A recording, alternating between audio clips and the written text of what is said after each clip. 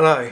With my middle track here, I haven't done it too well. See, there's a bit of a gap, and with some of my Locos, they come undone like so. You can see. So what I've got to do, undo those screws, and I've got some spare track here, and redo this section, and then I'll put this new bit of track down, and then I've got to then cut it at the same place, so then hopefully it will match better and there won't be a gap. So let's do this.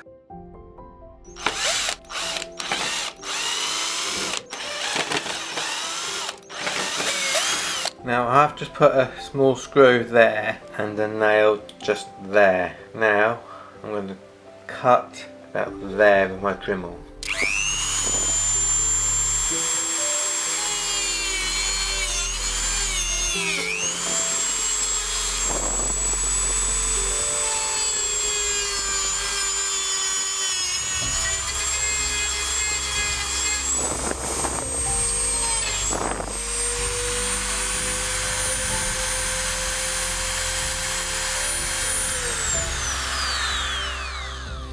Now let's give it a test.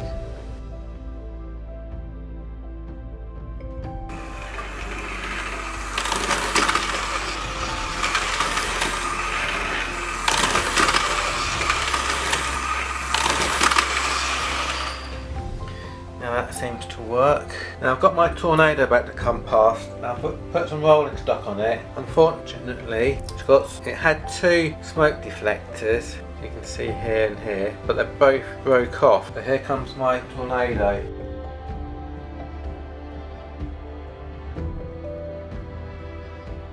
That seems to be working okay. One more test, wait for it to come round.